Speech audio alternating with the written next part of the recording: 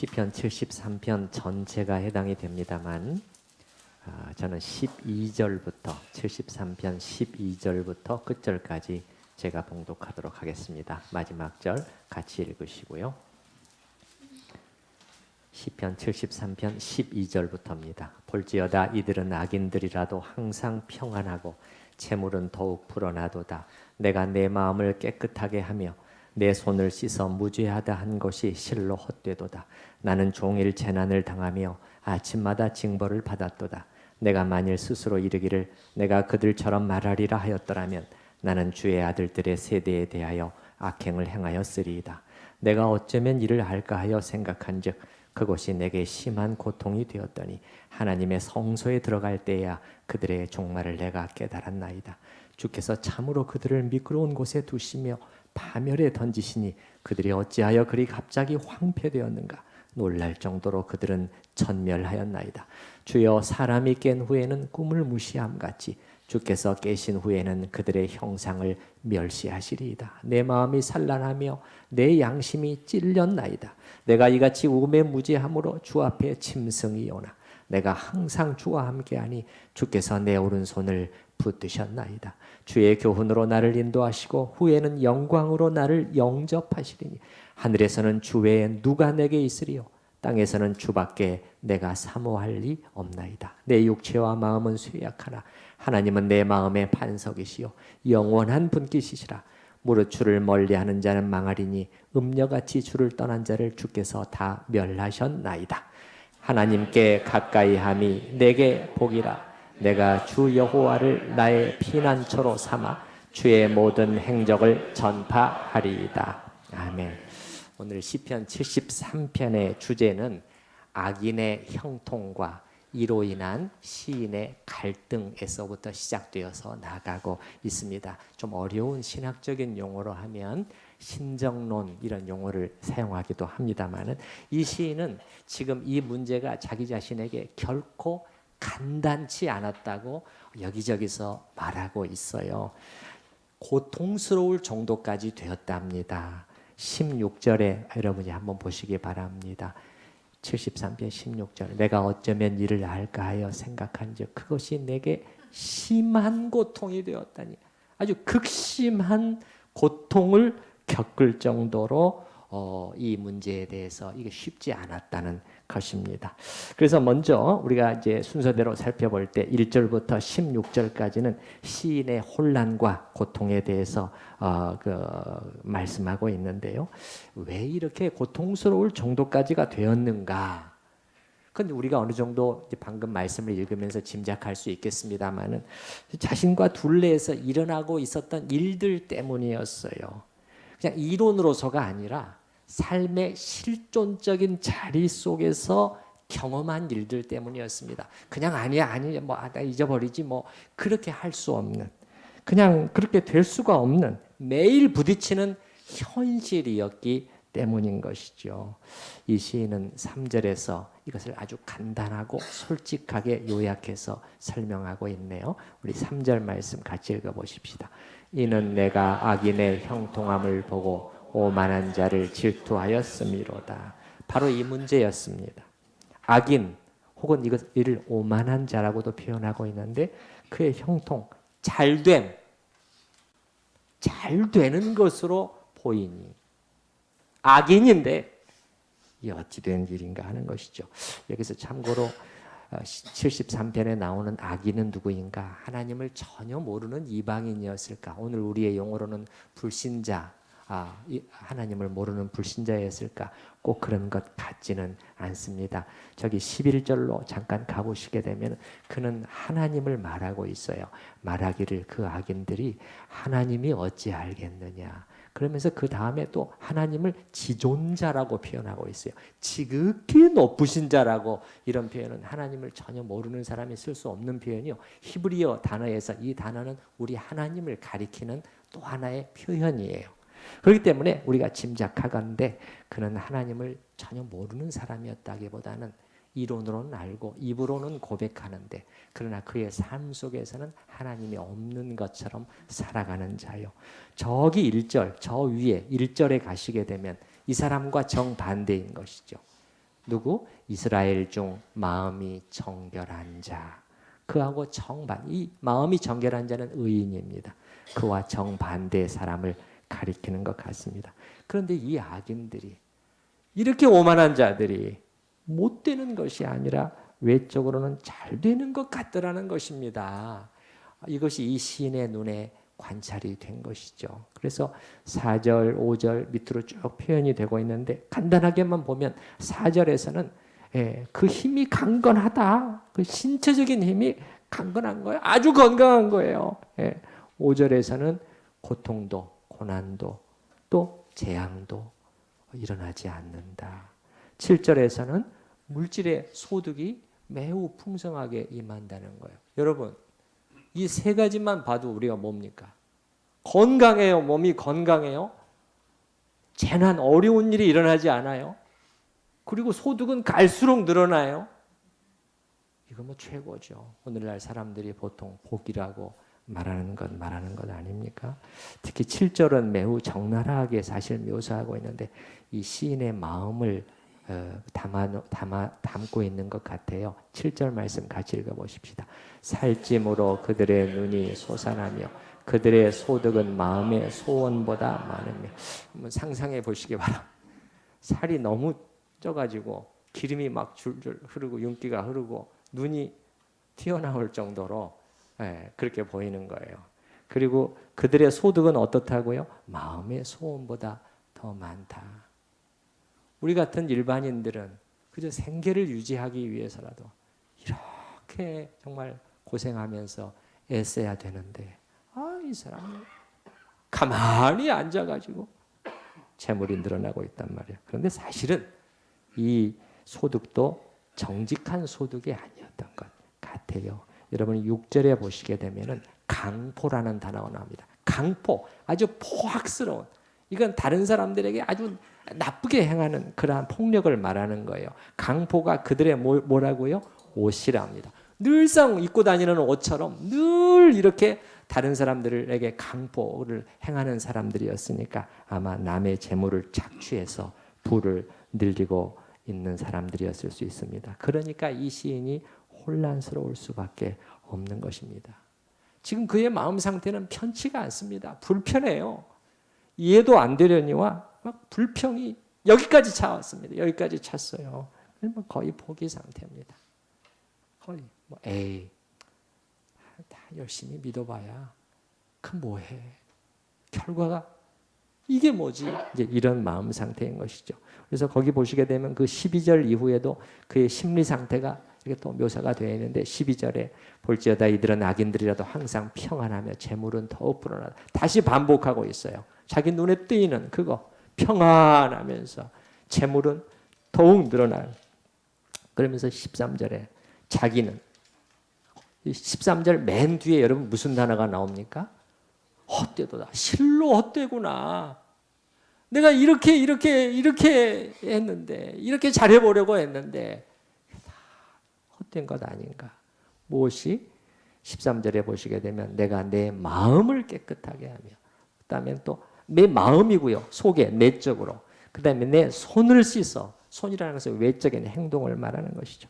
거기에서 거룩과 정말 성화의 노력을 해온 것이 저 악인들처럼 되지 않으려고 하나님 닮으려고 하나님 말씀 순종하려고 살아온 이것이 여러분 실로 헛되구나 이렇게까지 말할 정도입니다. 지금 속에서 쓴 마음이 일어나고 있는 것입니다. 쓴 마음. 그는 이 일로 인해서 이 참 쉽지 않은 상황을 계속 고백하고 있는데 그런데 말이죠. 자기가 이렇게 해왔는데도 14절에 보시게 되면은 내게 어떤 일들이 일어나고 있습니까? 14절을 보시기 바랍니다. 악인들과는 정반대예요. 위에 악인은 고난이 없다고 그랬잖아요. 근데 여기 보면 14절은 어떻게 나와요? 나는 종일 재난을 당하며. 그 다음에 아침마다 징벌을 받아. 이게 하나님의 징계를 말하는 것이죠. 조금만 잘못해도 하나님이 내버려 두시지를 않는 거예요. 차라리 좀 내버려 두셨으면 좋겠는데 하나님이 잘못 가면 바로 잡으시는 거예요. 매를 때리서까지라도. 이제 종일 재난, 아침마다 징벌. 저 평안하며 재물은 더하는 그 사람들과 딱 대비가 되면서 말이죠. 도대체 이게 뭐냐. 그는 이 일로 인해서 자기 자신의 믿음 자체가 흔들렸다고 고백을 하고 있어요. 저기 위에 2절에 가보시기 바랍니다. 2절. 자기는 거의 넘어질 뻔하였고 자기의 걸음이 2절에 미끄러질 뻔하였다고 하는데 이것은 그냥 말하는 게 아니라 실족인데 믿음의 실족을 말하는 것입니다. 근본적인 회의가 들어왔다는 거예요. 예, 하나님에 대해서 신앙에 대해서 근본적인 회의까지 오게 되었다는 것이죠. 그런데 여러분 어떻습니까?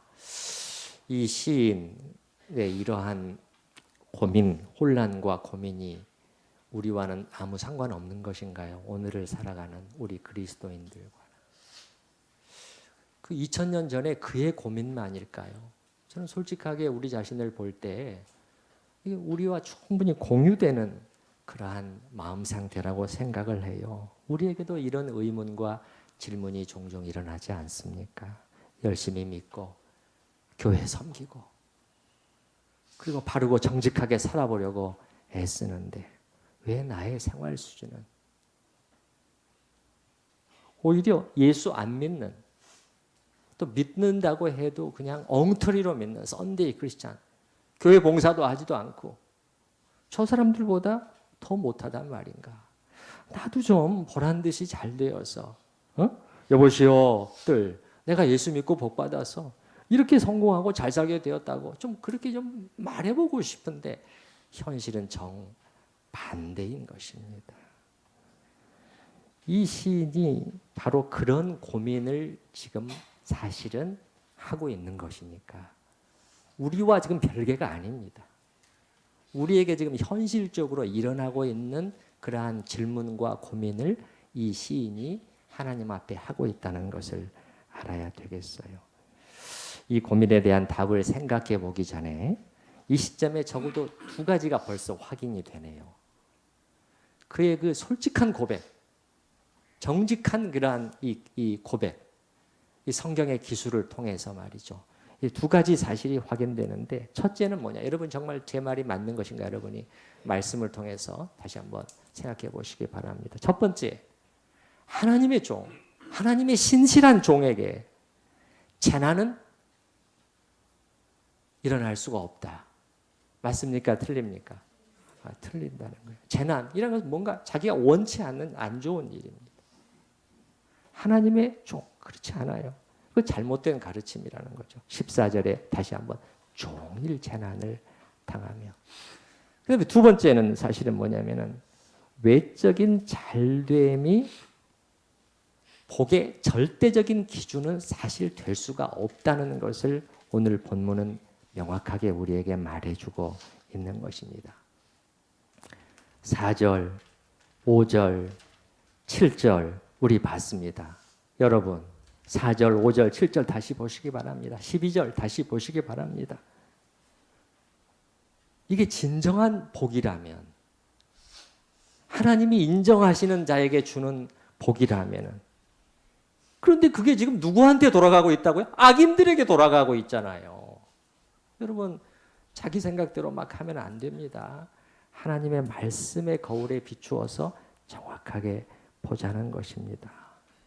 이 복의 개념에 대해서 다시 한번 우리는 이 구약이에요. 더군다나 신약에 와서는 십자가의 고난이 가장 아름답고 영광스러운 것으로 부각이 되지만은 구약에서는 아직까지는 선명하지 않아요. 그리고 물질적이고 현세적인 복이 많이 긍정적으로 표현되고 있는 구약에서마저도 하나님의 말씀은 우리에게 그러한 것들이 외적인 형통들이 사람들이 부러워할 만한 이런 것들이 과연 복이냐? 하나님이 정말 인정하시는 그러한 기준이냐? 악인들에게 가고 있는데 여기에서 우리가 뭐라고 말할 수 있느냐는 것이죠. 그렇기 때문에 우리도 마찬가지라는 것입니다. 이게 또 뭐 시인의 얘기고 나의 얘기하고는 상관없다 이렇게 하면 또 안 되겠죠. 우리도 이 거친 세상을 살아가는 가운데 여러 가지 일들을 우리는 만나고 겪게 되고 때로는 사업이 잘 되기만 하나요? 아니죠. 반대일 수도 있는 것입니다. 사업이 점차 기울 수도 있고 급기야 가게 문을 닫을 수도 있겠죠. 항상 건강하기만 한가요? 건강에 이상이 와서 많은 고생을 해야 하는 일도 생길 수가 있고요. 직장에서 정리해고가 일어나면 나는 꼭 빠지기만 할 정리해고의 대상이 될 수도 있는 것입니다. 하나님의 말씀 속에서 보자는 거예요. 그래서 남들이 40평, 50평 아파트에서 살 때 그냥 비좁은 반지하에서 가족들과 불편하게 살게 되는 일도 있을 수가 있다, 없다? 있다는 것이에요. 피하면 안 됩니다. 하나님의 말씀이 뭐라고 말하느냐. 예. 그런 일이 나에게, 우리 가족에게 일어났을 때, 제 말은 무슨 말이냐면, 왜 이 말씀을 드리냐면, 너무 성급한 결론을 내리지 말자는 거예요. 우리가 그 원인을 다 알지는 못하지요. 하나님의 일하심은 참으로 무궁무진하고 그분의 섭리는 오묘한 가운데 있기 때문에 다 측량하여 알 수 없지만은, 그러나 적어도 그것이 내가 하나님께 복을 받지 못해서 나와 우리 가정에게 일어난 현실이다, 이렇게 섣부른 결론을 내리면 안 된다는 것입니다. 아시겠죠? 네, 네네. 자, 이 시인을 가만히 살펴보면 자기 안에 일어난 이 질문에 대해서 대충 넘어가고 있지 않습니다. 대충 넘어가고 있지 않고요. 아주 진지하게 묻고 고민하면서 답을 찾고 있는 것을 알 수가 있어요. 우리는 많은 경우 너무 의문이 없죠. 질문이 없죠. 고민하면서 찾는 그런 게 우리에게 너무 없는데, 이 시인은 이 질문을 그냥 놔두지를 않았습니다. 하나님은 어떻게 된 거죠? 어떻게 된 거죠? 못 살겠어요. 못 견디겠어요. 이렇게 찾았을 때 그렇게 했기 때문에 하나님께서 그에게 어떻게 보면 확실한 답을 주셨는지도 모르겠어요. 그래서 두 번째 17절부터 20절까지는 이제 깨달음입니다. 악인의 결국에 대한 깨달음이죠. 그래서 이제 17절부터 전환이 옵니다. 이렇게 방향이 여기서부터 촥 이렇게 전환, 대전환이 와요. 여러분 16절 보시기 바랍니다. 16절 맨 끝에는 심한 고통 속에서, 혼란 속에서 있습니다. 심한 고통이. 그러나 17절 맨 마지막에 보면은 내가 뭐 했나이다? 깨달았나이다. 참 번뜩이는 섬광처럼 그에게 깨달음이 임했다는 것입니다. 언제요? 하나님의 성소에 들어갈 때. 하나님의 성소라는 단어가 말해주는 것은 예배의 자리를 말해주는 거예요. 성소라, 여기서는 그가 예배의 자리, 무슨 자리죠? 그냥 뭐 형식적으로 앉아서 예배 의식 마치고 돌아가는 그런 자리였으면 이런 일이 일어나지 못했겠죠. 그러나 그는 예배의 자리에서 그렇게 하지 않았죠. 예배의 자리랑 무슨 자리냐? 하나님을 진정으로 경외하며 높이는 자리요. 하나님을 찾고 그분의 음성을 듣고 그분과 다시 만나는 자리요. 그래서 하나님과의 거룩한 만남과 교제가 이루어지는 자리죠. 그는 그 속에서 답을 찾게 됐고, 특별히 하나님을 새로이 보게 된 것 같아요. 전혀 새롭게 알게 됐다, 그렇기보다는 알고 있었던 하나님에 관한 진리가 자기 자신에게 생생한 실제로 다가오게 된 것 같습니다. 그래서 그 반게메렌이라고 하는 구약학자는 이 부분을 이렇게 주석하고 있어요. 예배의 자리에서 하나님의 위대하심과 영광과 어미하심에 압도되어, 이게 예배의 자리에서 우리가 추구해야 될 거죠. 하나님의 위대하심과 영광과 어미하심에 압도되어, 이 시인은 그가 전에 알고 있었지만 잊어버리고 있었던 무언가를 재발견했다는 거예요. 그게 뭐냐? 주님은 공정하시다는 것입니다. 즉, 이 시인은 이 예배의 자리를 통해서 자신이 섬기는 하나님을 새롭게 보게 되는데, 특별히 아주 공정하신 심판자이심을 확신하게 된 것입니다. 그래서 여기 본문을 보게 되면요, 본문을 어떻게 묘사하고 있느냐? 이 시인이 보고 깨닫게 된 것이 뭐냐? 바로 악인들의 끝이었다는 거예요. 따라서 보십시다. 끝. 네. 이 17절에 보시게 되면은 하나님의 성소에 들어갈 때야 그들의 무엇을? 종말을 내가 깨닫게 되었습니다. 여러분, 이 끝이 중요하다고 제가 말씀을 드렸죠. 우리의 삶 속에서도, 이 경주 속에서도 끝이 어떻게 마무리되느냐. 예, 그거죠. 아무리 승승장구 잘 나가는 것 같더라도 유명 인사가 되어서 세간의 부러움을 한 몸에 받고 성공의 가도를 달리다가도 어느 날 갑자기 오래오래 전에 감추어져 있었던 그 아주 부끄럽고 못된 짓을 했는데 그것이 드러나되 그냥 세상에 그냥 모든 언론에 다 보도가 되면서 어떻게 되는 거죠? 그동안에는 가문의 자랑이었던 사람. 너네 아버지는, 너네 할아버지는, 너네 몇 대조 할머니는 가문의 자랑이었던 사람이 졸지에 가문의 수치가 되는, 가문의 이 고통거리가 되는 그런 일들을 우리는 자주 목도하지 않습니까? 이게 끝인 거죠, 여러분. 여기서 그들의 종말을 내가 보았습니다. 비참한 종말을 보게 되었다는 거예요. 그럼 어떤 종말이냐? 미끄러운 곳 그리고 파멸에 던져버리셨다고 하나님께서 종말이 18절 그 다음에 이렇게 묘사하고 18절 같이 읽어보십시다. 주께서 참으로 그들을 미끄러운 곳에 두시며 파멸에 던지시니 아니었다는 거예요. 아니었다는 거예요. 자기가 봤던 것은 악인의 형통이었잖아요. 악인의 형통이었는데 아니라 여기서 하나님께서 보여주시는 것은 악인의 종말이었다. 악인의 종말. 그래서 이 악인의 종말은 어떻게 오게 됐느냐? 하나님이 개입하셔서 오게 된 거죠. 그렇기 때문에 18절의 주어가 주께서입니다. 그냥 그들이 미끄러운 곳 파멸에 빠졌다 그렇게 말하지 않고 주께서. 하나님은 어떤 분이시냐? 창조주이시고 만유를 운행하시는 분이시지만 동시에 심판주로서 서 계시는 분이에요. 여러분 잊지 마시기 바랍니다. 예수님이 다시 오실 때 구원주로 오시지만은 성경은 분명하게 심판의 주님으로 두려우신 주님, 주님을 사랑하고 회개하고 그 주님과 동행했던 사람들한테는 정말 구원의 주가 되지만은 그렇지 못했던 사람들은 무서운 심판의 주님으로 오시게 된다고 성경에서 말하고 있는 것이죠. 그런데 하나님은 가장 공평하게, 가장 공정하게 판단하신다는 거예요.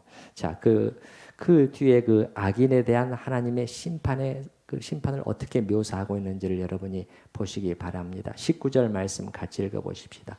그들이 어찌하여 그리 갑자기 황폐되었는가? 놀랄 정도로 그들은 전멸하였나이다. 갑자기라는 거예요. 예. 심판은 순식간에 온다는 것입니다. 물론 뭐 이렇게 될 수도 있겠죠. 이렇게 될 수도.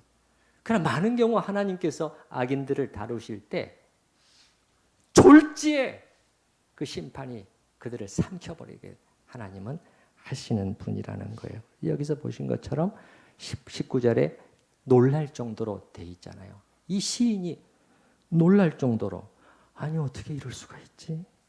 믿어지지 않을 정도로 일이 일어난다는 것이에요. 그래서 그들은 전멸하였나이다. 원어의 의미 속에서는 완전히 망해 없어져 버렸습니다. 그런 뜻이에요. 그래서 20절에 보게 되면 꿈이라는 단어를 사용하고 있네요. 20절에 주여 사람이 깬 후에는 꿈을 무시함같이 주께서 깨신 후에는 그들의 형상을 멸시하시리이다. 우리가 꿈속에서는 막 지금 막 대단하죠. 뭐 그냥 막 별일도 막 다 일어나고 그냥 뭐 그냥 놀랍고 막 그러는데 그러나 꿈에서 일어나 가지고 아침 식사할 때는 벌써 다 없어져 버렸습니다. 그냥 기억도 잘 안 나요. 그게 뭐였지? 그게 꿈이죠. 그런 것처럼 이 악인들이 쌓아올린 이 영화와 권세, 그게 지금 3절서부터 12절까지 묘사되어 있습니다, 여러분. 3절서부터 12절, 그들이 쌓아올린 것, 이 땅에서 이 오만한 자들이 하나님을 무시하면서 실제 삶 속에서 그들이 더 높게 쌓아올린 이 바벨탑입니다. 바벨탑이에요. 그게 3절서부터 12절. 그것이 어떻게 된다네요? 어느 날 꿈처럼 환영처럼 제거되어 버린다는 거예요. 요즘에 그 젊은이들이 보는 그 영화들 속에서는 그런 장면들이 종종 나오잖아요. 사람들이 갑자기 가루로 되어서 막 공중에 흩어지는 거 그런 장면들 혹시 보셨나요? 안 보셨어요? 안 보셨어요? 그 커다란 전투가 일어나고 그러면 그렇게 막 구름처럼 그냥 깔려서 막 이 기세등등하던 악당들의 군대, 그 대군이 그들의 모든 무기와 막 하늘과 땅과 막 그런 것들이 그들이 세워놓은 모든 것들이 어떻게 돼요? 갑자기 끝나죠. 갑자기 어떻게 돼요? 바람이 불어오면서 가루로 흩어져 가지고 쫙 날아가면서 그러면서 끝이 오잖아요. 네. 무슨 말이죠? 아무것도 남지 않습니다. 어디 갔지? 어디 간 거야? 그겁니다. 20절에 20절 악인의 종말이에요. 같이 읽어보십시다. 주여 사람이 깬 후에는 꿈을 무시함같이 주께서 깨신 후에는 그들의 형상을 멸시하시리이다. 그래서 이 심판이 이 시인에게 너무나 확실해서 때로는 이미 일어난 일처럼 말을 해요. 앞으로 일어날 일이거든요. 근데 시제가 이미 일어난 완료형으로 표현하기도 해요. 저 뒤에 여러분 27절을 한번 보시기 바랍니다. 27절 보시게 되면 무릇 주를 멀리하는 자는 망하리니, 이건 미래 시제입니다. 망할 것입니다. 심판이 임할 것입니다. 이런 얘기죠. 근데 그 다음에 시제가 바뀌어요. 음녀같이 주를 떠난 자를 주께서 다 멸하셨나이다. 완료 시제. 미래에 일어날 일이지만 그게 하나님께서 확실히 하실 것이기 때문에 이미 일어난 일로 표현해 버리는 것이죠. 이것이 구약 성경에서 특히 그 예언서 중에서 종종 사용되는 표현법이에요. 너무나 확실하게 일어날 일이기 때문에 시제를 이미 일어난 시제로 표현하는 일들이 생긴다는 거예요. 이런 표현은 뭐냐면 악인에 대한 심판의 확실성을 말해주는 것입니다. 여기서 한 가지 나올 수 있는 이제 질문은, 그럼 하나님은 모든 악인들을 이 땅에서 완전히 심판하시는가 하는 질문인 것이죠. 이 시인도 그런 의문을 가졌던 것 같습니다. 왜냐하면 4절을 잘 보시게 되면요, 4절 위로 올라가서 4절을 보시기 바랍니다. 어떻게 묘사되어 있습니까? 그들은 죽을 때에도 고통이 없다. 아니 마지막 죽는 때에는 뭔가 일이 일어나야 되는데 죽는 순간까지 편안한 것처럼 그렇게 보인다는 거예요. 자, 이 질문에 대해서 하나님께서 모든 악인들을 이 땅에서 완전한 심판을 하시는가 하는 부분에 대한 답은 따로 길게 얘기를 해야 되고 여러 구절들을 찾아볼 필요가 있기 때문에 그 부분은 지금 우리가 다 할 수가 없어요. 그런데 이 시인의 경우에는 4절과 같은 질문이 일어났음에도 불구하고 이제 17절에 전환이 일어난 다음에는 그게 더 이상 문제가 안 된 것 같아요. 그게 문제가 안 된 것 같아요. 왜냐하면 19절에 있는 것처럼 하나님의 심판의 확실성을 보았기 때문에 어찌하여 그리 갑자기 황폐되었는가? 놀랄 정도로 그들은 완전히 망해서 없어져 버렸습니다. 이것을 보았기 때문에 그는 더 이상 여기에 대해서 의문을 품지 않고 문제 삼지, 자기 안에서 문제가 안 되고 있는 것 같습니다. 아마도 이 시인은 잘 모르겠어요. 하나님께 맡긴 것 같아요. 하나님은 공정한 심판자예요. 철저한 심판자이신 것을 깨달았기 때문에. 그게 공정이잖아요, 여러분. 공정이라는 게 뭡니까, 여러분? 저울추가 하나라도 무거우면 이쪽으로 기우는, 그게 공정 아닙니까? 그게 공정의 의미죠. 우리 대법원에 가면은 그 저울추가 이렇게 있는 것처럼, 대법원 그 법정 바로 위에 그게 있는 것처럼, 그게 공정이에요. 그게 하나님께 맡기게 되는 것이죠. 하나님은 공평한 심판자이시오. 그는 혹시 앞으로 죽을 후에 있을 보다 확실한 그 심판까지 생각했는지도 모르겠습니다. 그러나 여기 시인에게는 그게 문제가 되고 있지 않습니다. 마지막으로 세 번째 21절부터 28절까지는 우리 설교 제목에 있는 것처럼 하나님은 나의 영원한 분깃, 이렇게 잡아보고 싶습니다. 여러분, 두 번째 단락이 17절에서 시작이 되면서는 전환이 옵니다. 이렇게 방향이 이렇게 여러분 이렇게 바뀌었잖아요. 이렇게 전환 17절. 이제 21절부터는 고조입니다. 쫙 그 감정이 올라가고 있는 것을 우리가 볼 수가 있어요. 이 시인은 하나님이 여기 18, 19, 20절 이렇게까지 확실한 분이시구나. 그렇게 이제 깨달음이 온 후에는 정신이 번쩍 들게 됩니다. 정신이 번쩍 들게 돼요. 그래서 내가 그동안에 어떤 가운데 있었지? 내가 그동안에 하나님을 이렇게 판단해 오고 참 그러면서 자기의 이 마음이 찔렸다고 이제 깨달음이 오면서 그게 오는 거예요. 21절에 보시게 되면은 내 마음이 산란하며 내 양심이 찔렸다는 것입니다. 양심. 이거 그냥 놀래서만 오는 것은 아닙니다. 자기의 속에서 하나님에 대한 뭔가 지금 이제 다른 마음의 상태로 이게 전환이 되고 있는 것이에요. 깨달음이 왔기 때문에 자기의 양심이 찔리고. 그 다음에 심지어 자기 자신을 여러분 22절에 보게 되면 뭐라고까지 묘사하고 있나요? 짐승. 좀처럼 이렇게 자기 자신, 이거는 저는 그 수사학적인 표현이 아니라고 생각합니다. 자기 우매무제합니다. 여기까지는 말할 수 있는데 자기 자신이 짐승과도 같지 저는 깨달음이 없는 사람이었습니다. 하나님을 제가 알지 못했군요.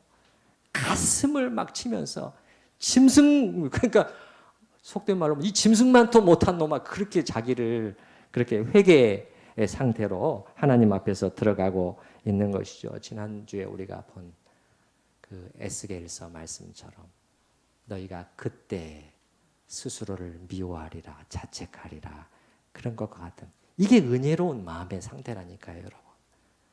그러면서 이제 우리는 동시에 또 하나를 여기서 이 구절들에서 그 이하의 구절들에서 발견하게 되는데 참으로 넘어질 수도 있었던 이 시인을 붙들어 주시는 하나님의 은혜의 손길이 그 뒤에 또 있었구나 하는 것을 우리는 잠시 보게 됩니다.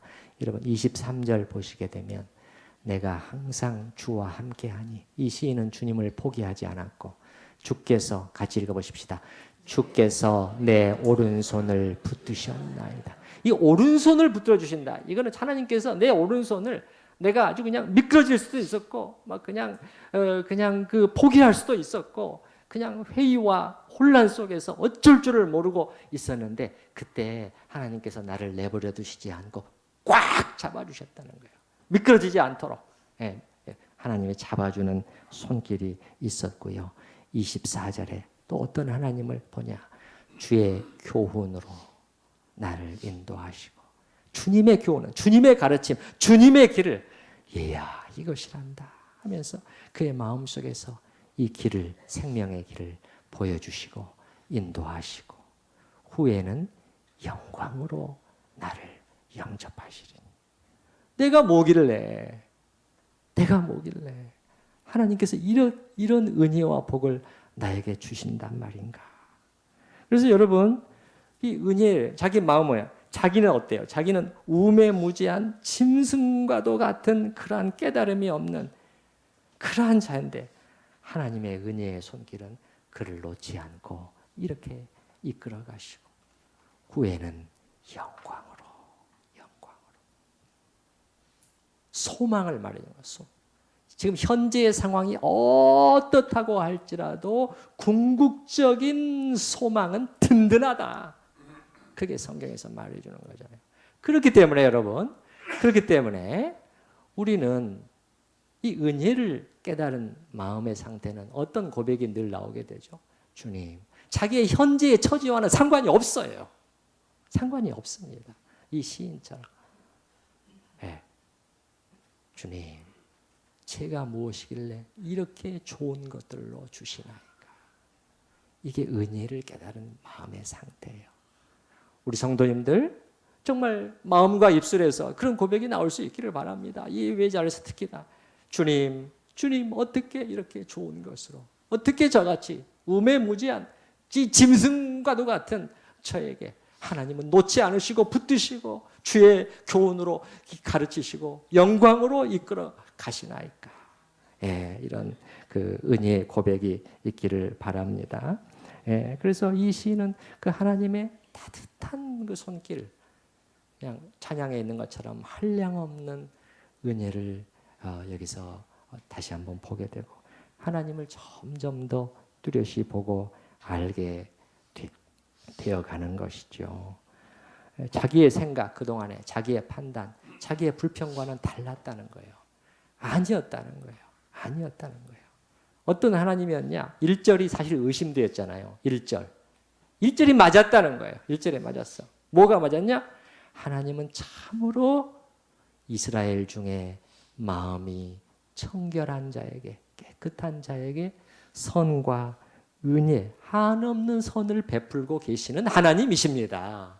예, 이것이 깨달아졌고, 그러면서 동시에 하나님은 악인을 내버려 두시지 않는 분이야. 하나님의 방법으로 아시지만은 우리 눈에 다 보일지 보이지 않을지 그거는 모르지만은 그러나 철저히 심판하시는, 이것이 저는 아무리 봐도 18, 19, 20절이에요.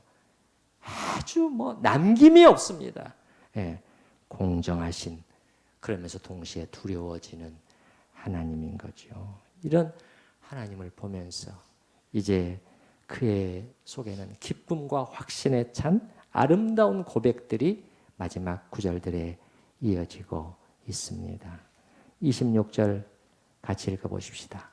내 육체와 마음은 쇠약하나 하나님은 내 마음의 반석이시요 영원한 분깃이시라. 육체와 마음은 쇠약해. 내 몸은 늙어가고 점점 약해지고, 그러나 육체만이 아니라 마음도 쇠약해질 수 있는 거예요. 이전 번역은 쇠잔하나 이렇게 되어 있죠. 왜 그렇죠? 이 거친 풍파의 이 세상 속에서 어려운 일들이 계속해서 일어날 수 있고, 그 속에서 때로는 마음이 약해질 수 있는 것을 알기 때문에 내 육체와 마음은 쇠약할 것입니다. 그러나 하나님은 내 마음에 무엇이요? 반석이십니다. 내가 늙고 지쳐갈 때 반석, 단단한 바인 거죠. 흔들리지 않습니다. 그 위에 내가 의지하고 딱 설 수 있는 그분이 바로 나의 하나님이시요. 그 다음에 보면은 나의 영원한 무엇이시라? 분깃이시라. 여러분 분깃 따라서 해보십시다. 분깃. 원어에는 소유격이 같이 들어 있습니다. 원어에는 이렇게 표현이 되어 있습니다. 하나님은 영원히 나의 분깃이십니다. 이렇게 되어 있어요. 영원히 나의 분깃이십니다. 그럼 분깃은 뭐죠? 나눠주는 몫을 말합니다. 이걸 생각하면 가장 쉬우셔요. 이스라엘 12지파 가나안 땅에 들어갔을 때 땅을 나눠줬잖아요. 그걸 분깃이라고 그래요. 분깃. 다른 말로 하면은 기업이라고도 하죠. 기업. 그런데 여러분 혹시 성경을 조금 아시는 분들은 12지파 중에서 다 땅을 나눠주셨는데 한 지파에는 안 주셨죠. 무슨 지파죠? 레위 지파에게 안 주셨죠. 맞았습니다.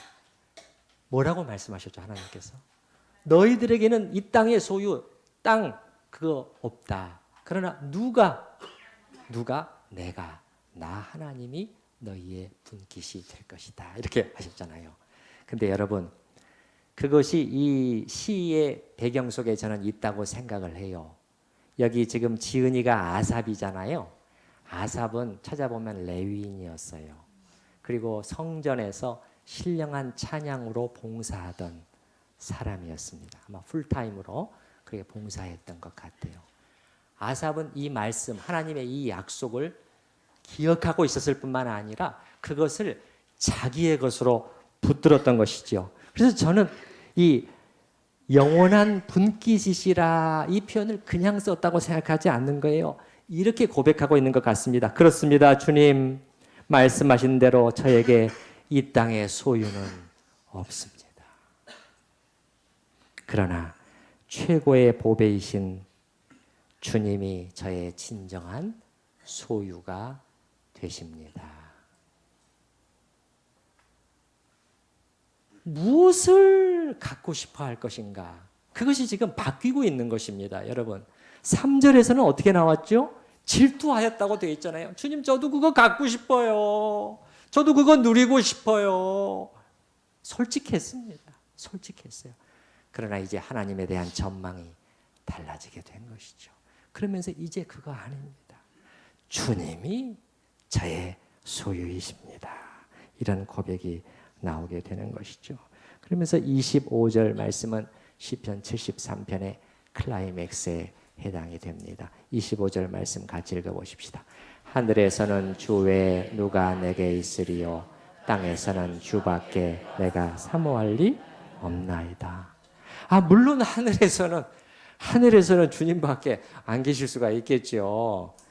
그러나 땅에서도예요. 여러분 여기서부터입니다.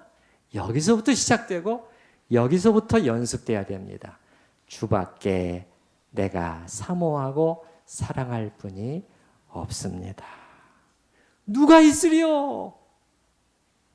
그 외엔 아무것도 없나이다. 아무리 생각해도 놀라운 고백. 이 담대하고 기쁜 외침. 성경의 고동치는 심장입니다. 이것 때문에 성경의 joy, 기쁨이, 활력이 넘쳐나게 되는 것입니다. 이것이야말로 성경이 우리에게 가르쳐주는 신앙의 에센스입니다. 신앙의 에센스. 하늘에서는 주 외에 누가, 땅에서는 주밖에 내가 사모할 분이 없습니다.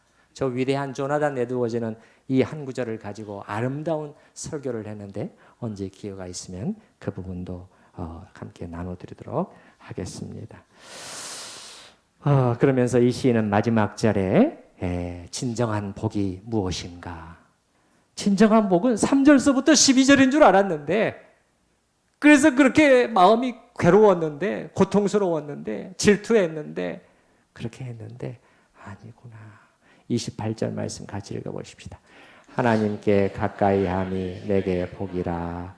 내가 주 여호와를 나의 피난처로 삼아 주의 모든 행적을 전파하리라. 분명히 대조가 있는 것입니다. 3절로서부터 12절 그것 때문에 고통스러워했는데 주님 이제는 내려놓습니다.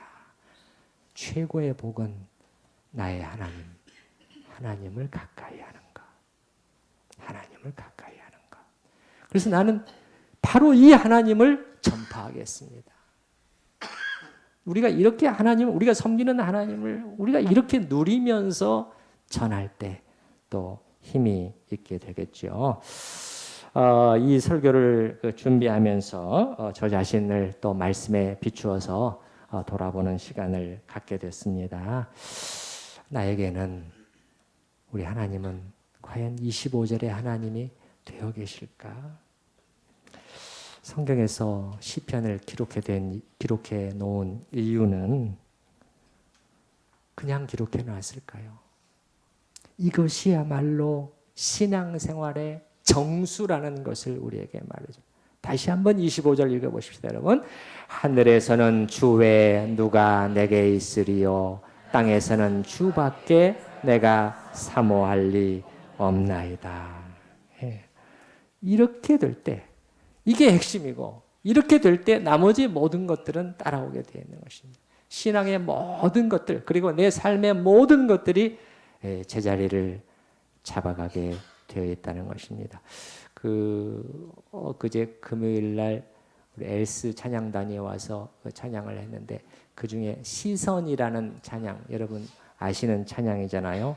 모든 시선을 주님께 드리고 그 찬양 혹시 아시나요? 네. 그 가사가 이렇게 돼 있죠. 내게로부터 눈을 들어 주를 보기 시작할 때 모든 시선을 주님께 드리고 살아계신 하나님을 느낄 때 내 삶은 주의 역사가 되고 하나님이 일하기 시작하네. 이게 중요하다는 거예요. 내게로부터 눈을 들어 주를 보기 시작할 때 모든 시선을 주님께 드리게. 그 하나님을 살아계신 하나님을 느낄 때 그러나 그 하나님은 작은 하나님이 아니죠. 세 글자 하나님. 이 한 단어지만 하나님께 가까이 하며 내게 보기로. 이 하나님은 그냥 하나님이 아니에요. 이 시인한테 모든 것, 온 세계, 온 우주를 다 담고 있는 하나님이신 거죠. 왜냐? 하나님이 바로 그런 하나님이시기 때문에. 그리고 통치하시고 다스리시고 심판하시는 하나님. 알지 못하시는 것이 하나도 없고 하고자 하시는 것을 못할 것이 하나도 없으시는 그 위대하신 하나님. 그 하나님을 내가 느끼기 시작할 때, 그렇죠? 살아계신 하나님을 느낄 때, 그 다음에 어떻게 된다는 거예요? 그 다음에는 내 삶은 주의 역사가 될 것이다. 멋있는 말이네요. 뭘 해서가 아니라 이미 내가 하나님께 사로잡힌 바 되었으니 내 삶 자체가, 내 호흡 자체가 하나님의 역사가 될 것이다. 믿음의 고백. 하나님이 일하기 시작하네. 나를 통해서 일하기 시작하신다는 것이죠. 그냥 이런 찬양을 우리가 많이 부르자 그 말씀을 드리는 것이 아니라 이 25절의 고백이 우리의 실제의 삶 속에서 연습되어야 된다 하는 그것을 말씀을 드리는 것입니다. 자, 우리 이 시간 들은 말씀을 또 반추하면서 또 하나님 앞에 우리의 신앙생활의 방향을 또 바로잡고 혼란을 바로잡으면서 또 기도하는 시간을 잠시 갖도록 하겠습니다.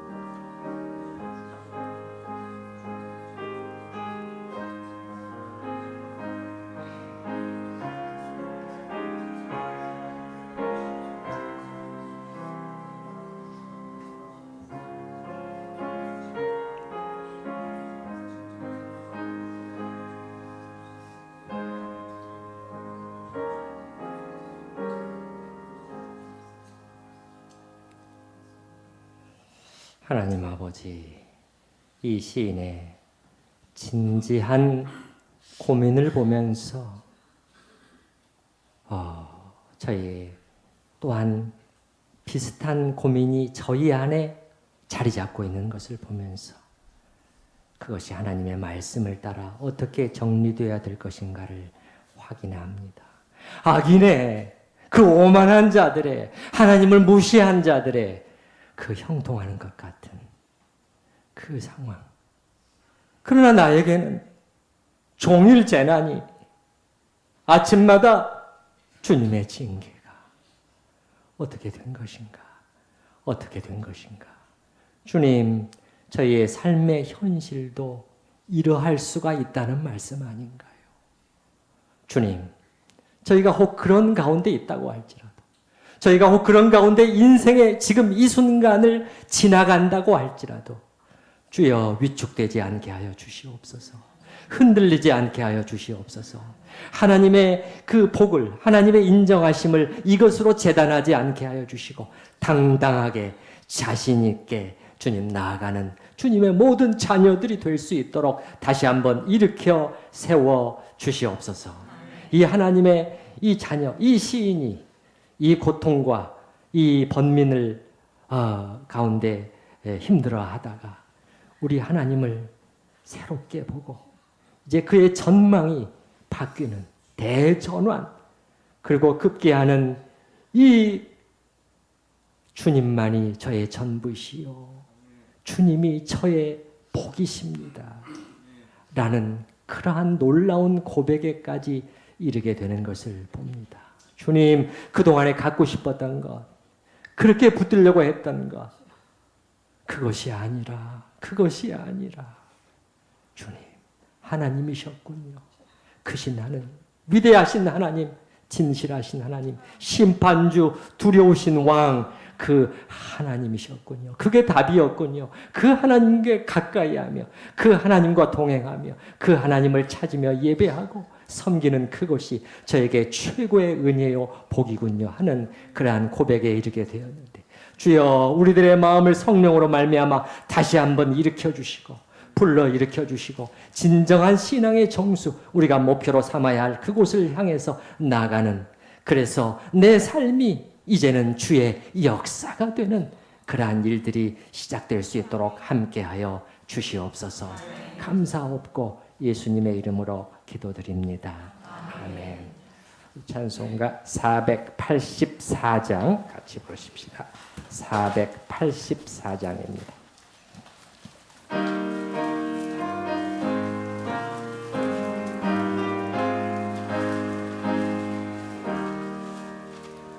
내 맘에 주여 소망되소서.